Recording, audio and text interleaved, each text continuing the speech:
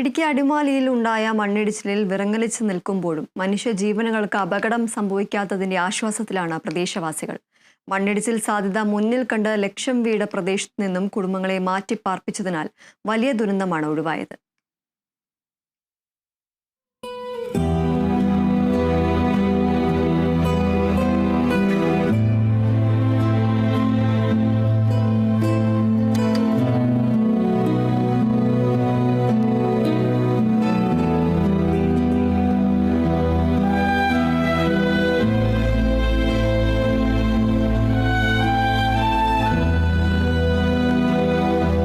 നിലച്ചിരിക്കാതെ ഇടിഞ്ഞെത്തിയ വലിയ ദുരന്തത്തിന്റെ ആഘാതത്തിലാണ് അടിമാലി ലക്ഷം വീട് നഗറിലെ കുടുംബങ്ങൾ. ഇന്നലെ വരെ കഴിഞ്ഞു വന്നിരുന്ന പ്രദേശം ഒരു വലിയ മൺകൂനിയായി മാറിയതിന്റെ ഞെട്ടലിലാണ് എല്ലാവരും.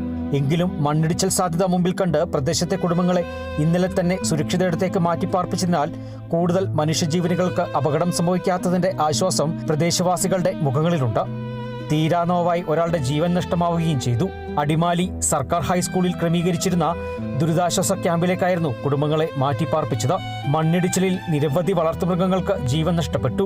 വലിയൊരു ദുരന്തമുണ്ടാകുമെന്ന പ്രതീക്ഷയില്ലാത്തതിനാലും വൈകാതെ വീടുകളിലേക്ക് തിരികെയെത്താമെന്ന കാരണം കൊണ്ടും വളർത്തുമൃഗങ്ങളെ ആളുകൾ സുരക്ഷിതയിടത്തേക്ക് മാറ്റിയിരുന്നില്ല. ഞങ്ങൾ ഉപജീവനമായിട്ട് കരുതിക്കൊണ്ടിരുന്ന മൃഗങ്ങളായിരുന്നത്. മരിച്ച ബീച്ചേട്ടൻ്റെ വീട്ടിലും ഒരു 10 ആടുകളോളം ഉണ്ടെന്നാണ് എൻ്റെ ഒരു അറിവ്.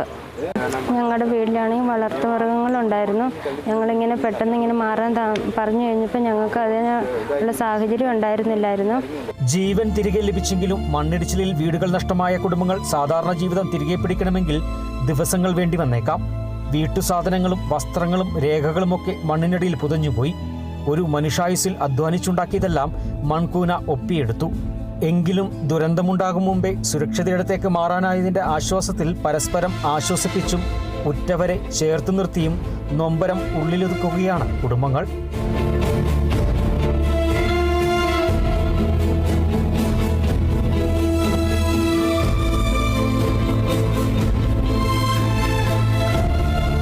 Kerala vision news.